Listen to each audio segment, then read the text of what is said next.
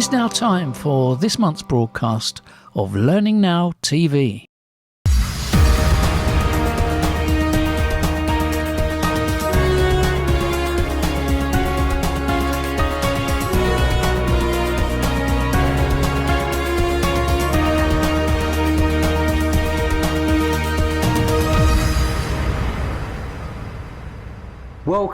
Welcome to the March edition of Learning Now TV. It's exciting, it's fun, action and information packed. But what's on, Kate? Give us a taste. Well, Nigel, Peter Casebow from Emerald Works, the CEO of Emerald Works, joins us. Now, Emerald Works is a new organisation made up of brands that you might know like Good Practice and Towards Maturity. So he's come on to tell us all about their exciting vision for the future.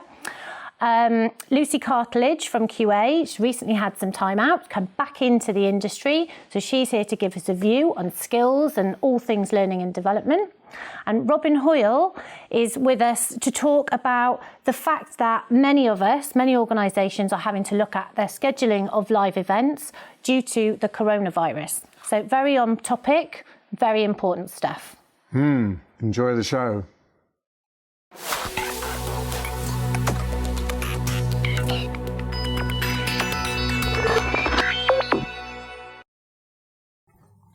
Among the many announcements at Learning Technologies this year in London was one that I think absolutely everybody noticed, and that was the launch of Emerald Works.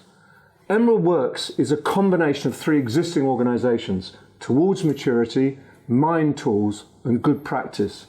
And we're lucky enough today to have the CEO himself of Emerald Works. Peter Casebow, welcome to Learning Now Television. Thank you, Nigel. Nice to be here. Why three organisations that were doing pretty okay on their own? Why the combination? What value add will Emerald Works, the new name, the new identity, give, do you think? I think I want to just step it back and just look at Emerald Group, because as a group we have been an academic publishing business for over 50 years. And I'm an Emerald author. There you go. There we go, you see. And as Emerald, one of the things that's been behind that is how do you take stuff, and make it real and have real impact with it. So it's all very well having academic research, but how do you take it into the real world? And that was one of the reasons why Emerald purchased Good Practice back in 2015. And we've been really looking all along at how do we expand that and take that out. And the other thing I think that's worth mentioning is that Emerald as an organisation is really into giving back. Over 20% of the profits of the business get given back through the Emerald Foundation and go out to good causes. So there is this ethos behind the business of making things real and giving back. And when we were bringing the businesses together, one of the things we were looking at was how do we get things that are evidence-led to really have that impact. And I want to, if I go back to about 2017 when I was talking to Laura Overton, Laura and I were having this conversation about, how do you change the supply side of the industry and what could that look like? And we came up with this idea of this sort of cycle, which is not unique. We're not trying to claim it's unique, but this sort of cycle of can we do research that is good for the community, good for us as a business because we can put that back into products, good for our clients, and ultimately therefore good for our users. And as we had those conversations, it became sensible for Towards Maturity to join the group in 2017. And then as we thought about how do we get much more depth into this and bring this together, we were talking to the people at Mind Tools, and there was just a lovely symmetry between what they were doing and what we were doing in Good Practice. Mind Tools have this B2C business with 25 million people, every year coming onto the site, using the content to help them do their jobs better. So when did Mind Tools come into the group? They came into the group just a year ago. Okay, so it's kind of a strategy from 2015 to 2020. It is, yeah. Launched in 2020. So if I'm a customer of one of those three organisations, what differences would I notice? Immediately as a customer, if you're for Good Practice or Mind Tools, you won't notice any difference because we're going to give you the same service in exactly the same way that we've been doing. For Towards Maturity, and I guess for Good Practice customers, what you're going to notice is the name change. We're now called Emerald Works. The brand for the product is called Mind Tools if you're buying the platform and the toolkit. And what you've seen as we launched at Learning Technologies was the latest research report, and instead of that being towards maturity, it's now called an Emerald Works report. Yep, and I guess it gets distributed more widely because it's not just distributed through the Towards Maturity network, but through the whole Emerald Works network. Exactly, and in fact this year in terms of the data we got coming into the report, it was up 30%. Right, that's important. Yeah, and that's really important. And for the first time as well, the majority of input wasn't from the UK. It was about 50-50, but I think 52% or something was international. So, I'm really pleased to see us widening that reach. Yes. Now, talk about evidence-based, because that's a little issue that's very dear to my heart. We need to use more evidence in learning and development and less hype from suppliers, for example. Yeah. How is that backlog of Emerald evidence, research evidence, going to filter through to the new Emerald Works products? Is there a strategy for that? There is. And so the first thing to make clear is that all the research we've done in the past and all the data we've collected through Towards Maturity still remains very much available. Yes. So because a lot of that was collected by the community, so we want to make sure that's readily available and we want to continue that. So the second thing is we want to also widen that research. So we're about to look to appoint a new head of research. That job, we're starting to across the three. Across the three. Right. Okay. So I can see the logic. Yeah, and the other thing we're doing is we're investing in the platform that collects that data, for instance, for the benchmark report. So we're going to invest, a significant six-figure sum to just make that much slicker and much better. So that evidence, that research, that data that you collect will be available to all three elements of Emerald Works, and therefore it might result in new toolkits, for example, coming out of MindTools. Is that right? It's exactly that. But in the same way that something we did when it was just good practice, for instance, was whenever we did research, we always got it externally validated. Often we use ComRes, but we then made all the data available. So I've always believed in let's open the door to the library. Let's make it available. So we will gather that research and we will gather that data and we will make it available to everybody. We will, of course, then be using that, as you say, to improve the products and the services. But I want to make sure the community has access to that. What about new customers then? What is more attractive now about Emerald Works that wasn't there when it was three separate organisations operating completely independently of one another? I think for the customer base, I mean, what they're going to get is, at the moment, it's early days in terms of us bringing that together, if I'm honest. I think what you're going to see is it is that wider pool of talent that we've got internally. Because, the customers are going to get this experience we've got from working very much globally nowadays, in terms of we're working with people like Disney and Google and Facebook, as well as some of the major brands in the UK. So it is this global business now that we haven't had in the past. Yes, that's true. So tell me, let's project 3 years forward. Mm-hmm. What would success look like? What would make you come in 3 years' time with a big smile on your face? Well, I'd hope actually earlier than 3 years. All right, okay. Because one of the things, we're taking that research that we've done in the past, we're starting to look at, for instance, what does the platform and the content of the future look like? And we're starting to think about, not just starting to think about, we're starting to look at how do we build the new MindTools product and look at the content, and how do we not only take the two content libraries we've got just now and put them together, but really think about what sort of content will people be looking for in 2 or 3 years? How will they want to consume it?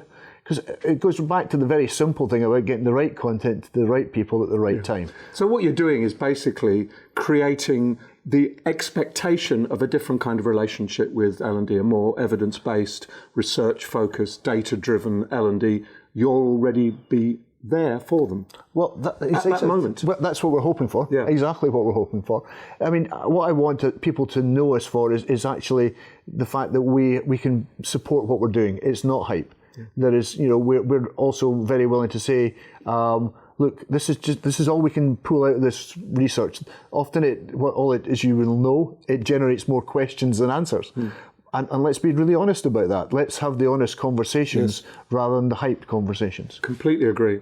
I really wish you the best of luck with Emerald Works. I hope it becomes the platform that you're dreaming of. I hope that it does meet a real big gap in providing evidence and data for making intelligent decisions inside organisations. So Peter, very best of luck, and thank you so much for talking to us today. Thank you, Nigel. It's been a pleasure. Thank you. Thank you.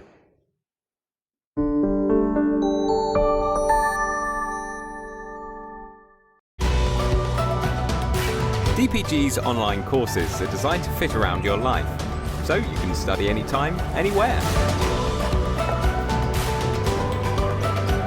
Get in touch now for more info.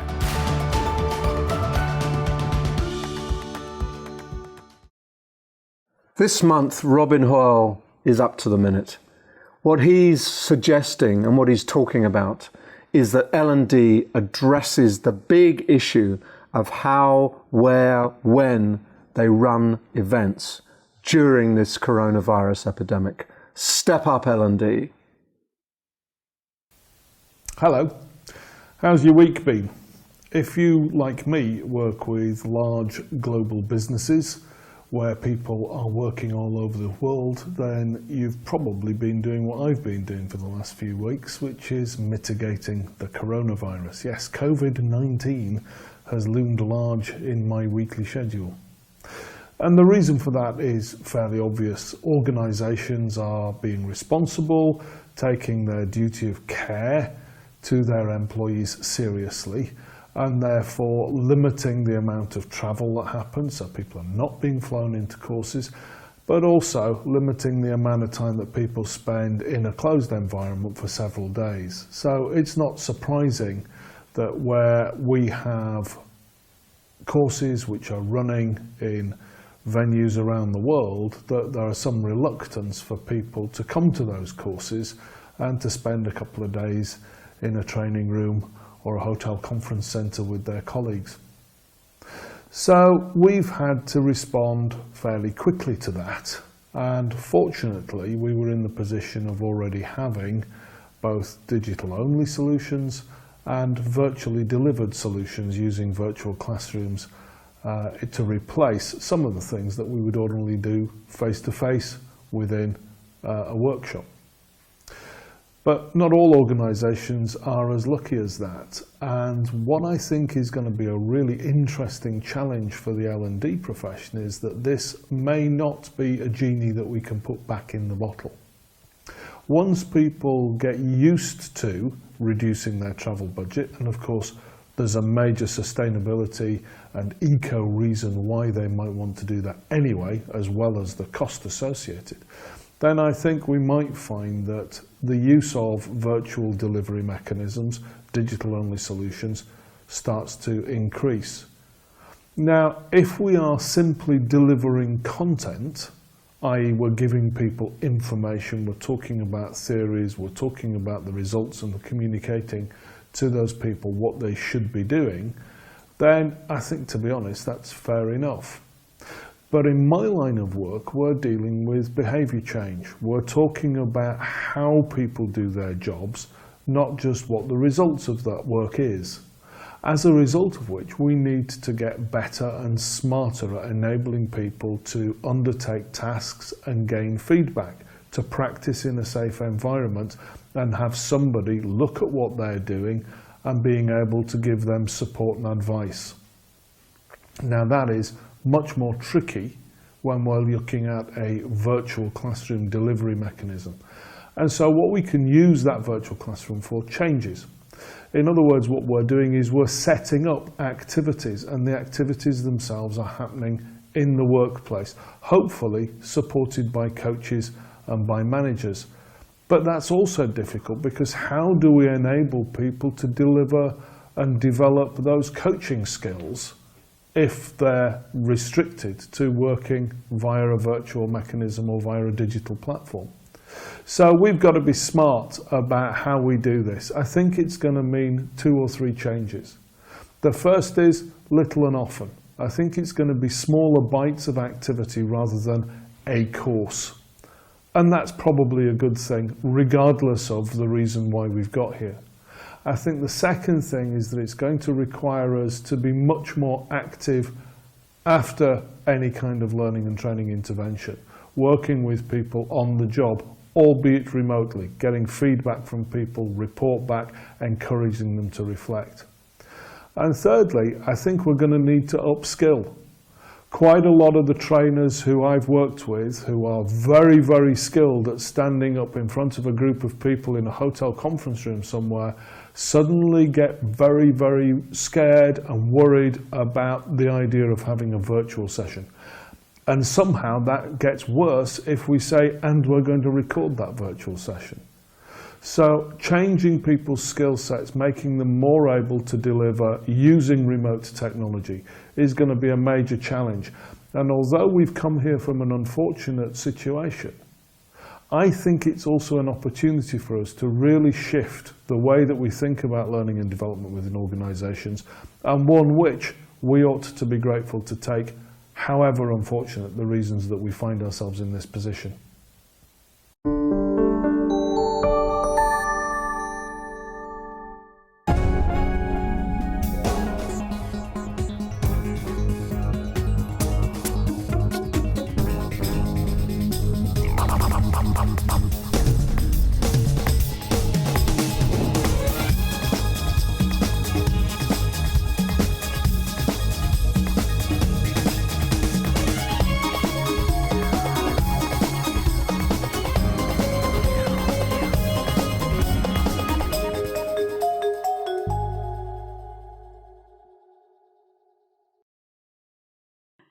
I'm delighted to welcome to Learning Now Television my friend and ex-colleague and current hashtag Women in Learning member. I've dragged her into the fold, Lucy Cartledge, who is Client Director at QA, which is, funnily enough, where I started off life. I know, I'm following you. We've crossed paths at various points in our career.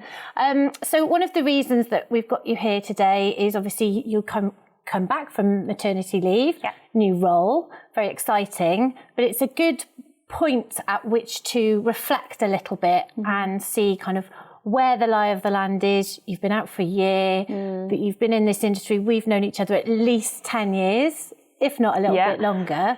So how are you feeling about the state of learning and development now that you've come back? It's interesting. I sometimes think that it will have moved on a lot further than it has, but it hasn't really. I think if I reflect back to when we were working together all those many moons ago, I think we were kind of creating that, what I like to think of as functional learning. So your kind of compliance and onboarding e-learning and doing mass sheep dip type face-to-face training. And especially kind of going around learning tech in January, and certainly from speaking to clients, they're all about creating the workforce of the future.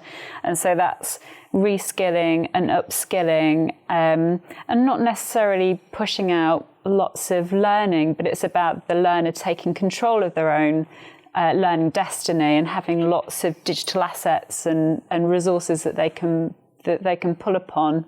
I love that phrase, learning destiny. I mean, the reskilling and upskilling piece, we're seeing at Fossway, we're seeing a lot of focus on that.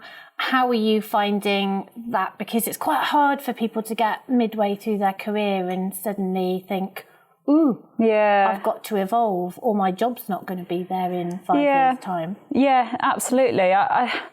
We work with some really interesting clients at QA, and some of which are inviting, in particular, kind of women or parents or anyone who's had a bit of a career break back into things like cybersecurity and AI, and to work within those digital and technology roles, especially where diversity is quite lacking.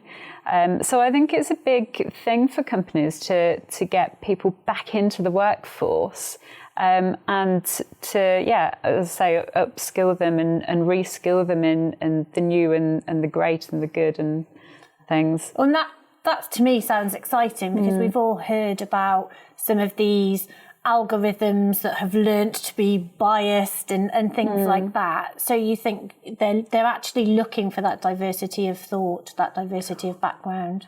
They say they are. I really hope they do. I think one of the challenges in the L&D marketplace at the moment is that, and this comes from speaking to a client last week, is that we've almost gone full circle now. We've got so many digital assets available to us, or clients have. You know, one client who is head of L&D, she absolutely reeled off really quickly 5 or 6 online digital learning platforms that they use within the bank, and they're the ones that she knows about, right? So then she has lots of stakeholders that go off and buy their own. So I think it's a real challenge to see what's different and what's new and what's unique. And actually I saw that at Learning Tech. It's really tricky. I know lots of brands that are there, but it's really tricky to find the ones that are really niche and doing something completely different. And how does that make you feel? Do you kind of sit there and think, I look at some things and think, well, it's just blended, really. I mean, and blended isn't new. So does it make you feel optimistic, pessimistic? How does it make you feel about the future of learning and development? Oh, that's a really good question.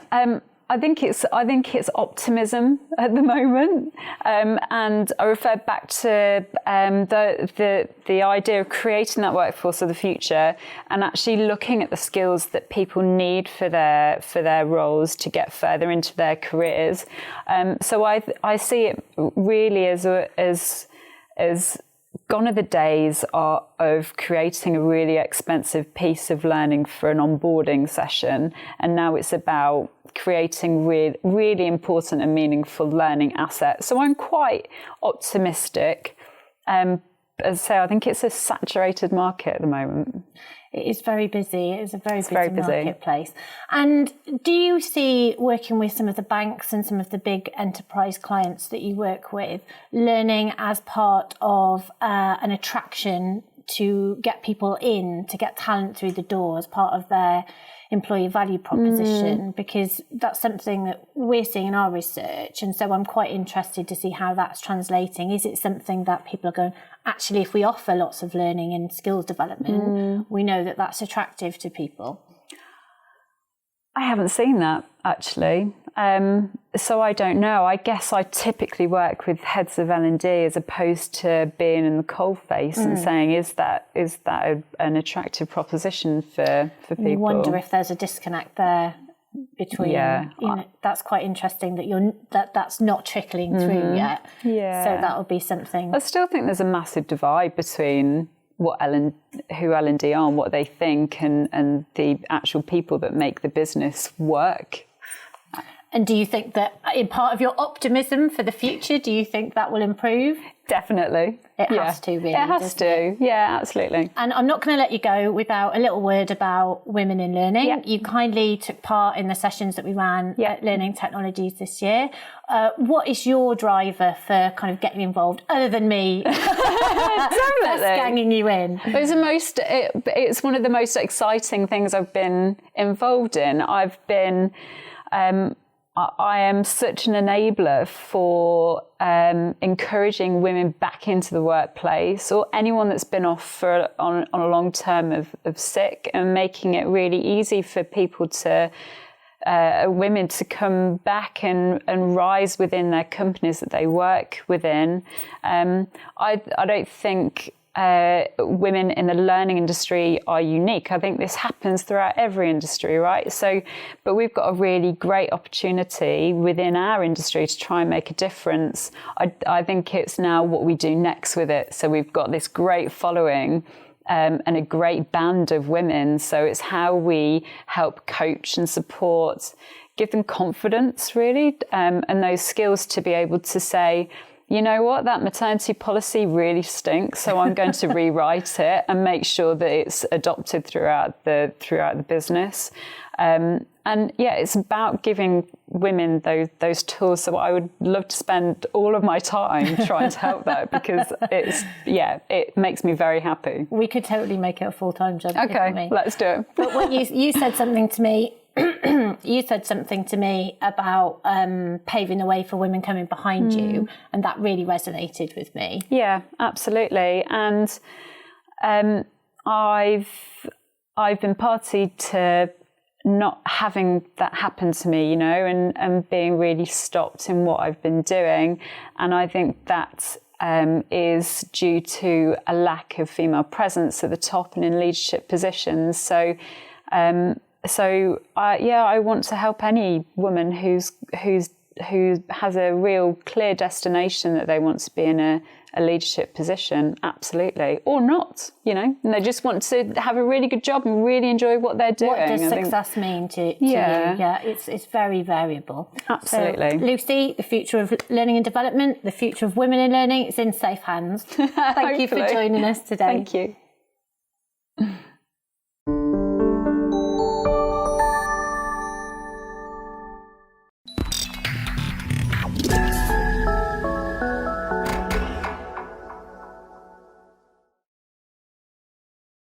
In the L&D world, we all know our biggest challenge is knowledge fade and demonstrating ROI from our training interventions. At Elephants Don't Forget, we use artificial intelligence to guarantee that what you train your employees, they learn and retain. If you are looking to transform the impact your training content has in your business, improve the ROI, and perhaps help employees learn and retain even the dull regulatory material, drop me a line at nelly@elephantsdon'tforget.com. Another month ticks by, and that means another research report.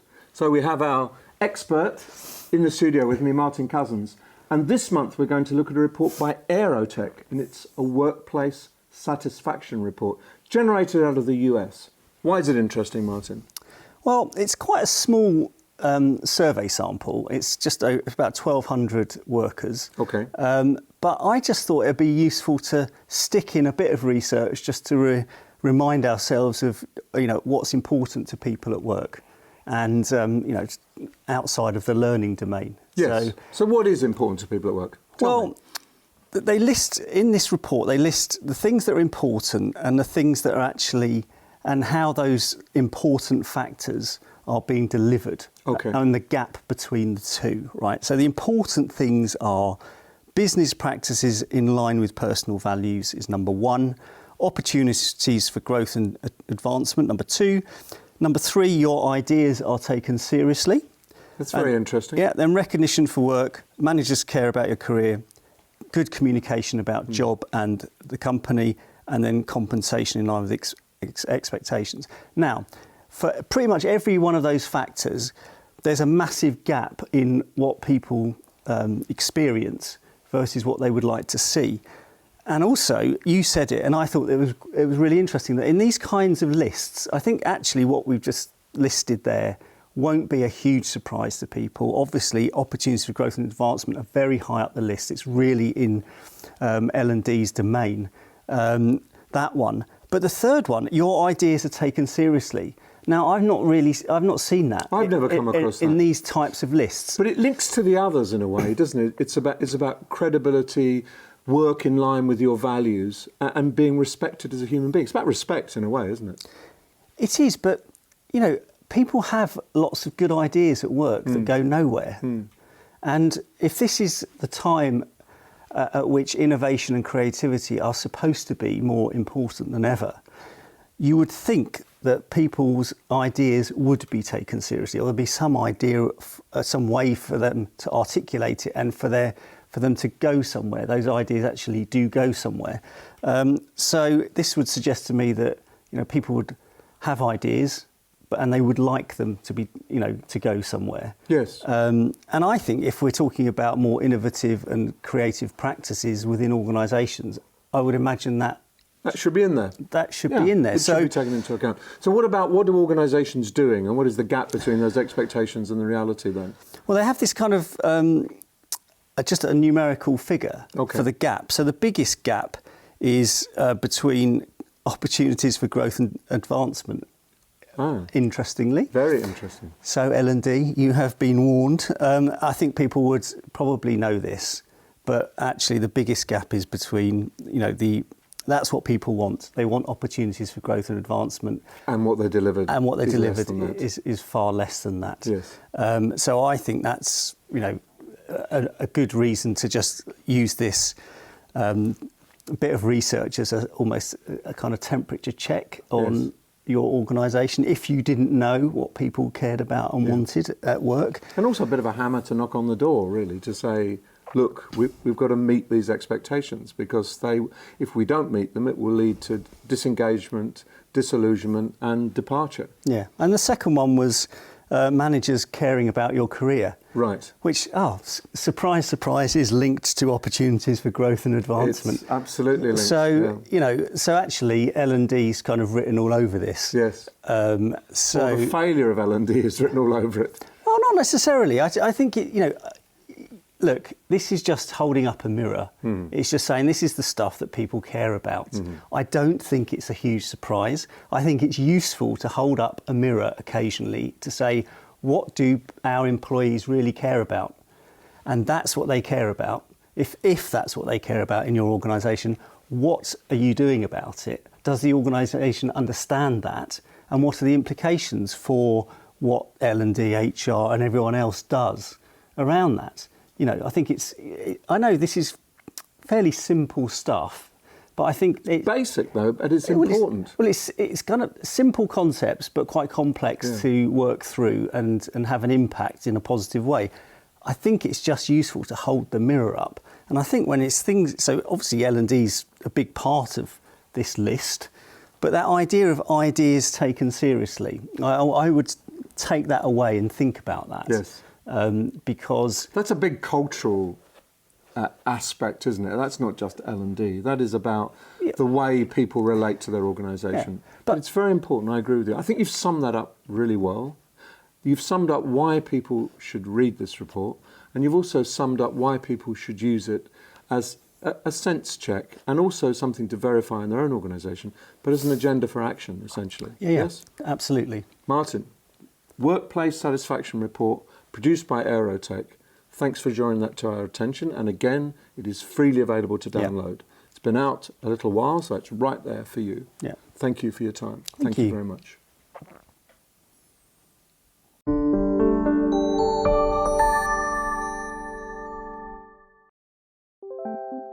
Our learning experiences unlock potential, transform the performance of people and organisations, and help millions around the world build happy and successful careers. We change lives with evidence-based learning that works, sparking real change for real impact.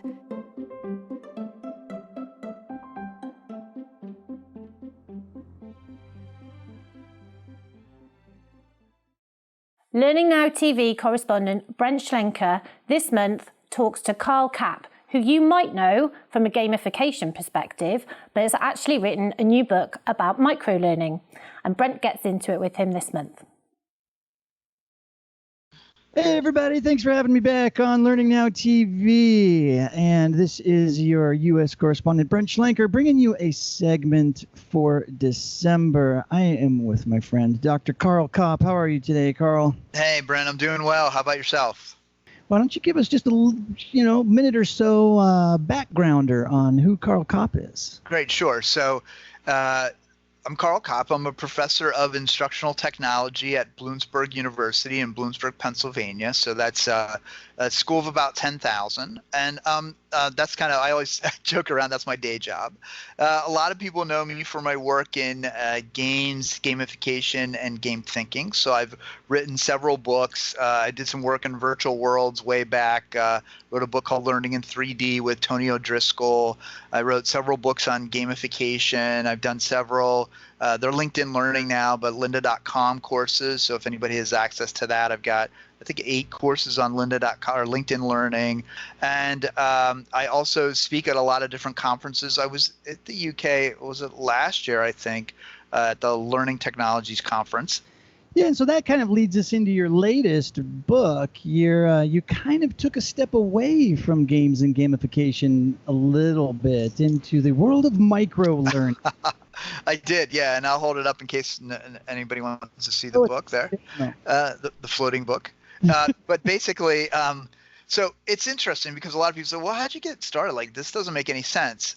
But it actually makes a lot of sense because if you think about gamification and game-based learning and motivating people. So I view it as gamification is about motivating people to action, to stay committed, to be engaged. And we had a lot of great platforms, a lot of gamification that did that, but then we want to educate the folks, right? We want to make sure that they know what they need to do, that they can perform how they want to perform. That's really kind of a critical part of this whole L&D thing. And what happened was a lot of times we take a look at the educational part, the micro learning part, because they weren't going into really long modules. And I found out that it was kind of lacking. Actually, it was lacking a lot. So people were cutting up like bigger courses and making them into micro learning. And so the objectives didn't always work. And then people were taking recorded lectures and cutting it up. Or I've had several, people say to me, the main problem with, this platform is that the content's not really designed for these one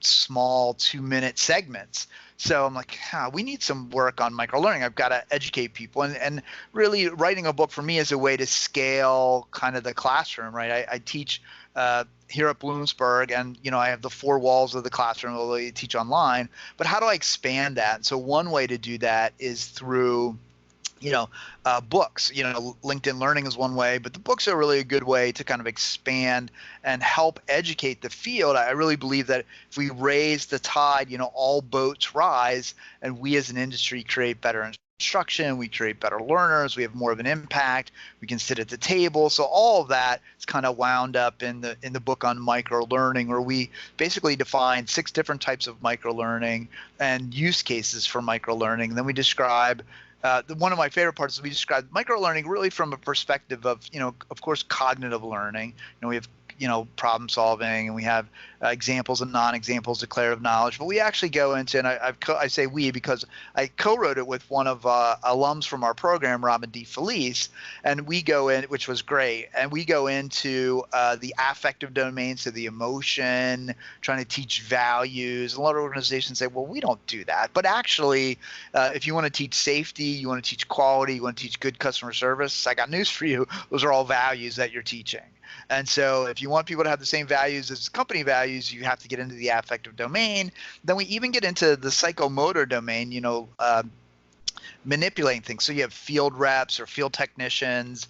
I give the example, I go to YouTube and I need to change a shower head, and I go in the shower head. To me, that's micro learning. Some people say, no, that's performance support or performance. But to me, I think the blur of learning and performance is really starting to get fuzzier and fuzzier. And I think it's a good thing. We don't necessarily need to, for that example, I don't need to change a shower head like every day for the rest of my life, but I need at that moment in time to learn enough to do it well. And then maybe I learn it permanently, maybe I don't, but I learned in that moment. And I think that's really important. So that's kind of why, it's a long answer, but that's kind of why I got into micro learning, because I really feel that it's a good way to take some of the gamification and gamified things and make them meaningful and good instruction. I've done instructional design like all my life, pretty much since I graduated from college. And so I've always been interested in learning and development, just got off on the game and gamification area. Micro learning kind of pulls me back a little bit into, okay, let's take a look at really what are the elements of learning, what are the domains of learning, and how can we make that effective for as many people as possible. Yeah, so give us, if you can, if you're allowed to, I don't know, right. I guess you're allowed to, but give us just like one case that you don't have to mention any names or anything like that. So I went to a conference and I showed all these examples, and they all happen to be mobile. And everybody's like, well, can you do micro learning non-mobile? Absolutely, yes, you can.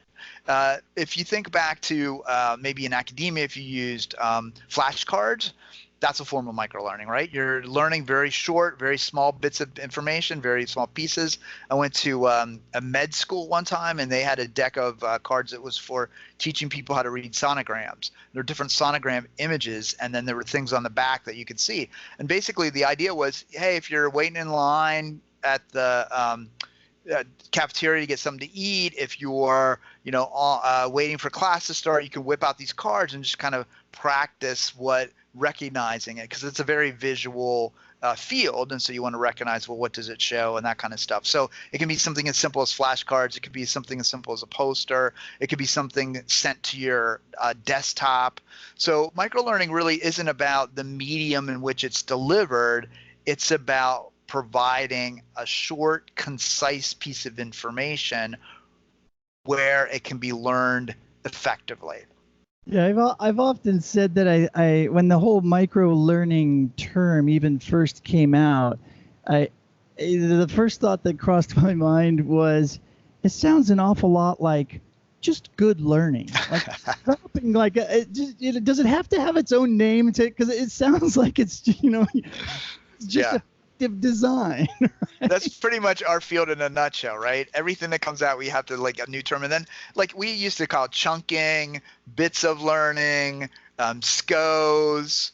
I mean, we've been talking about this for decades, and it's just a new word comes out, micro learning, and everybody jumps on it. But the funny thing is, or the thing that is interesting to me is, a whole new generation who had heard nothing about any of that before goes, oh my gosh, I don't know what to do with micro learning. So that's kind of, well, here's what you do.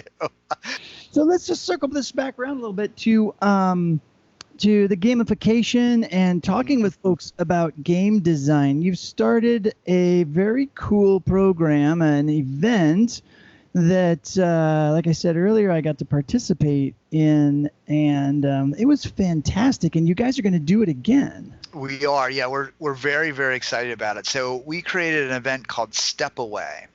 And Step Away is an event where all of your learning experience takes place in an immersive house, as you know, where every room is based on a different game. So there's clue games. What game room did you stay in? I can't remember. Miss Pac-Man. Miss Pac-Man, yeah. So there's a Miss Pac-Man room. I stayed in the clue room, and it's this resort called The Great Escape.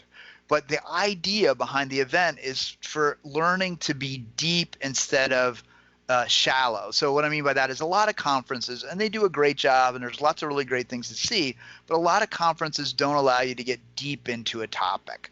So the real kind of thrust of this event is it's really about the creative process, the design process, and we do it through the lens of developing a game, but also through visualization with Legos, and also Lego. Kevin would kill me if I said Legos. Lego.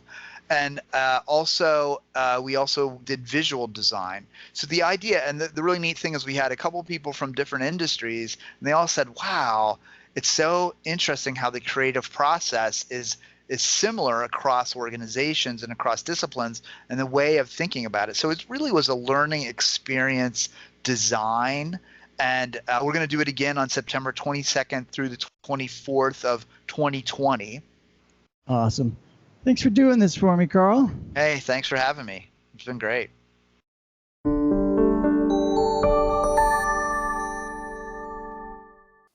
Would you like to do an MBA that is based on people more than strategy and finance, that explores happy workplaces and how you create organisations based on trust and freedom? That's what Happy is planning to launch in June 2020 in partnership with Ravensbourne University, a creative and media college. And it will all be funded from the apprenticeship levy. So if your organisation pays the levy, it will come out of that levy. If it doesn't pay the levy, because you're a small organisation, it will only cost £1,000 for a 2-year development programme with other senior leaders, spending at least a day a month in the classroom, and committing 20% of your time to it, including a major project in your organisation to put these ideas into practice. The Happy MBA from June 2020. Helen Blunden, usually based in Melbourne and usually telling us all about Australia, was actually in Germany at LearnTech this year. And she was talking to Jane Hart about building a culture of continuous learning. Hello everyone, Helen Blunden here, or @ActivateLearn on Twitter. I'm excited to be part of LearnTech 2020, which is taking part in Karlsruhe in Germany. Now, what is LearnTech 2020? It's Europe's largest learning technology conference with over 470 exhibitors who come from 17 different countries with over 12,000 attendees. Now, I'm here to speak about incorporating learning in the daily workplace. However, it's not about me, it's about the ideas and the people. So let's find out more from them. So hi, this is Pascal speaking. I'm from Loop. It's the web address loop.how, and we are addressing the following challenges.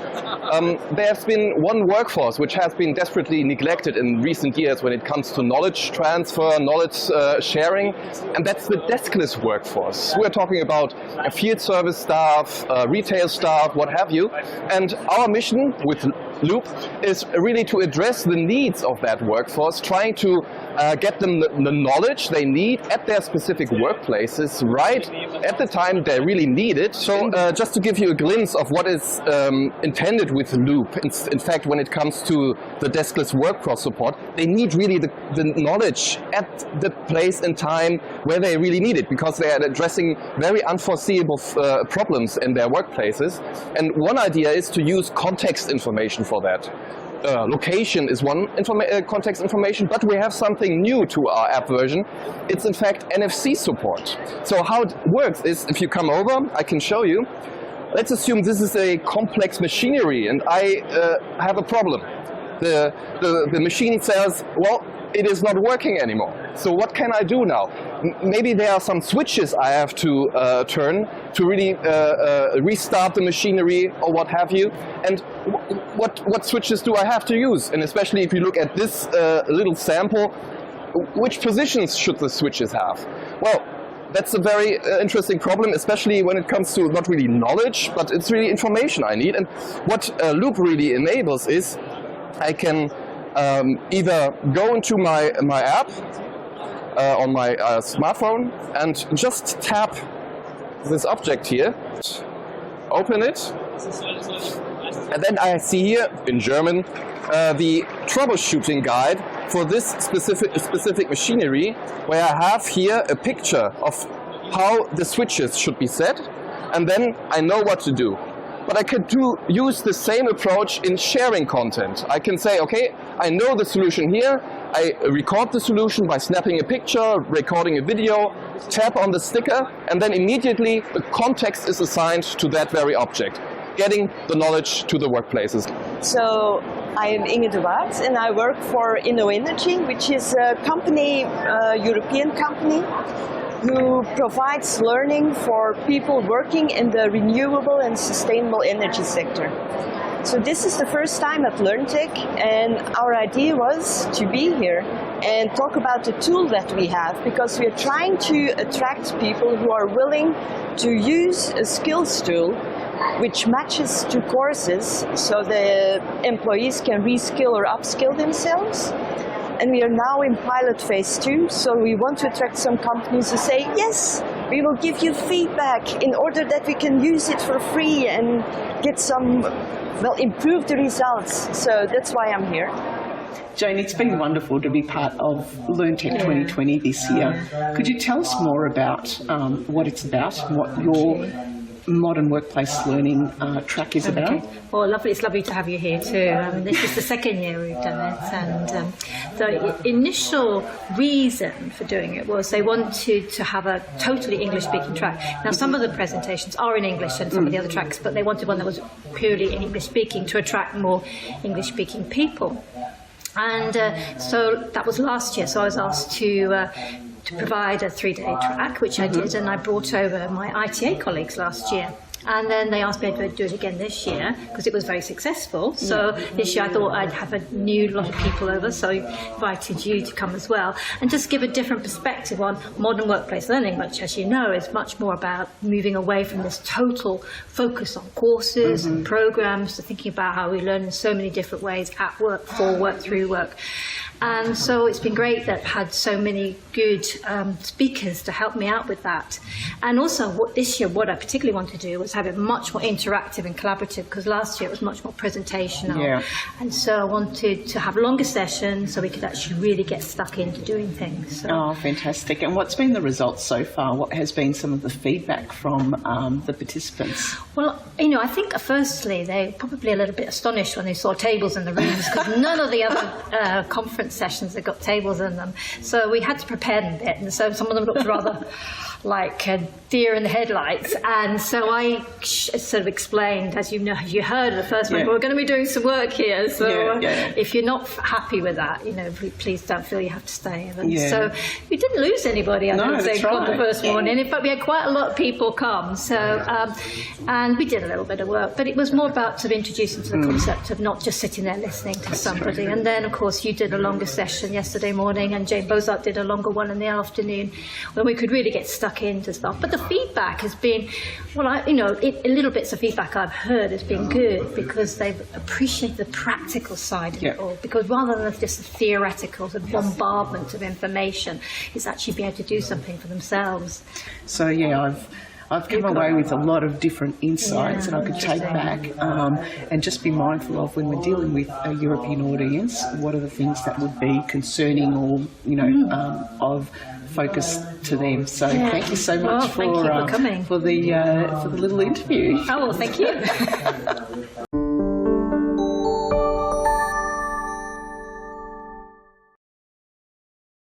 My name's Adam Harwood. I'm a digital learning partner at ASOS. If you're looking for a learning tool that will really influence what people are doing and make a real difference, then look no further than Loop. These guys genuinely know what they're doing, and it's really helped me improve and develop as a digital learning partner. Get involved with Loop today.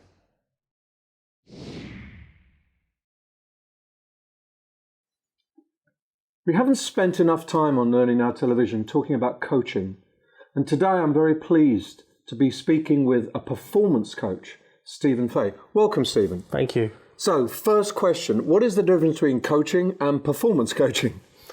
Okay, so when you think about the word coaching, a lot of people think back to sporting. You play rugby, you play football, and you have a coach, and you work with that coach, they'll increase your performance in the physical concept.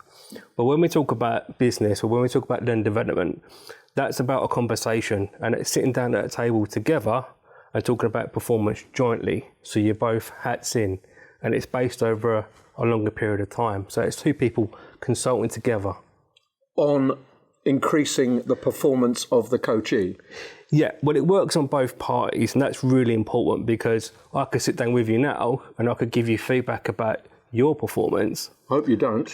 Not till we've finished anyway. But when we enter the process together, I also improve as a coach, because I need to reflect on my own performance. As you know, my background is a teacher, and a lot of that work is about coaching. So it's spending time with the students, giving them feedback on their performance, giving them areas of development. But when I've just done my performance, you reflect on that, and you and we know that reflection upon performance is important. It's very important, and I think that's going to really help the learning development industry. Yeah. So what is the difference between you and 10,000 other coaches? Where do you think you have an edge compared to a lot of other people? I think, although there's been some backstop about teachers coming into the industry, I think that where I've spent a lot of time developing people, and where I've got a strong first degree in business, analysing the industry, I feel that the current setup of L&D is quite old-fashioned in terms of the order taking model, building courses. And I think that where I've got good experience with developing people, it's going in there and sitting down with people and looking at their performance and giving them the skills so that when they've got enough training, they can go away and teach themselves and teach others. Where do you focus? Do you focus on the L&D professional or on the someone in the workforce who needs help with development? I think with the soft skills development that we need, that's area of focus. So communication, team working, leadership practice. So not with L&D, you're a client of L&D doing work in the business? Yeah, but I think that the current setup with L&D, I think that the soft skills development will really help. And I think it's about recognising that people have, instead of sitting down at a desk, for example, an instructional designer and there's nothing wrong with e-learning. I can sit down at a desk, I can learn that. But what about the performance of that individual? Because the current setup is this, that knowing and doing. The difference between knowing and doing. That instructional drive will spend time, and the courses take time to build. But I really think that more performance coaching, especially teachers coming into the industry, will really help. Yeah. So you're saying that if you can create that performance coaching mindset inside the L&D team, that will reverberate out through the organisation and deliver more effective performance, essentially, of the organisation and the people in it. Totally, absolutely. I think that, and there's a difference between performance coaching and performance consulting, because performance consulting is really looking about the business overall. But I really think that when bringing in more teachers, especially business teachers, will have that acumen, because we know, with reference to Towards Maturity report, business acumen is quite low, strategic thinking, ability to build digital content. And a performance coach can able to teach someone else to do those skills in L&D, and I think that will really help the industry. Yeah, so to help L&D focus on the business needs, and be sensitive to the business language, the business issues, the business challenges, rather than L&D issues and L&D challenges, or worse, taking orders for courses. So you're part of that movement to get people away from order taking to basically working with the business to improve the business, not deliver X number of courses in Y number of minutes, which is still used as a success criteria in many instances, and it's completely worthless information. Absolutely, Nigel. Yeah, you hit it on the spot there, definitely.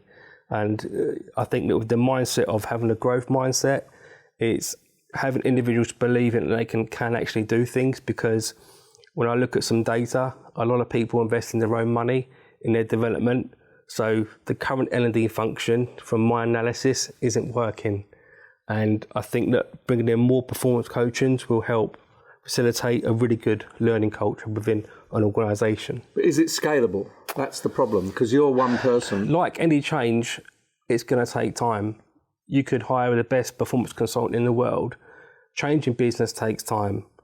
But I do think that if more businesses get on board with this, and the good thing about this, it's as soon as you enter that process, as soon as I sit down with you, start coaching with you, it facilitates like a chain reaction, so everybody can start doing it. So performance, it changes there and then. So it's about looking at things and analysing things. The skills start working. So it's a slow change initially, because, like a one-man band. But if more people get on board with using these resources and be able to sit down together. Yeah, so it's a multiplier. So you work with one person who works with 3, who work with 9, who work with 15, so that you're the kind of catalyst that starts off a process. You'll not need to be involved in beginning to end. You just need to kick the whole thing off and make people understand what the potential of that model is and how a different kind of L&D will look. Is that what you're saying? Absolutely. And I think that teachers are the best people to do it. And you can come from all different types of background, but I really feel that that's important, because coaching is about believing that you've got development to further yourself. Whereas the corporate manager, I say, right, you must do this, you must do that, your time management needs to improve. Whereas I look at the skills that I think you've got the potential to build, I sit down with you, I make an agreement, we'll look at our targets, I give you feedback, you're going to give me feedback, because I want to improve as well as a coach. Yeah. So it's a two-way relationship, and that's really, really important. Yes, it is. It's a dynamic relationship. Okay, so you're making a plea for more teachers to be given more respect and given the chance to show what they can do in the L&D profession as a whole. Stephen Fay, performance coach, thanks for talking to me today. Thank you very much, Nigel. Thank you.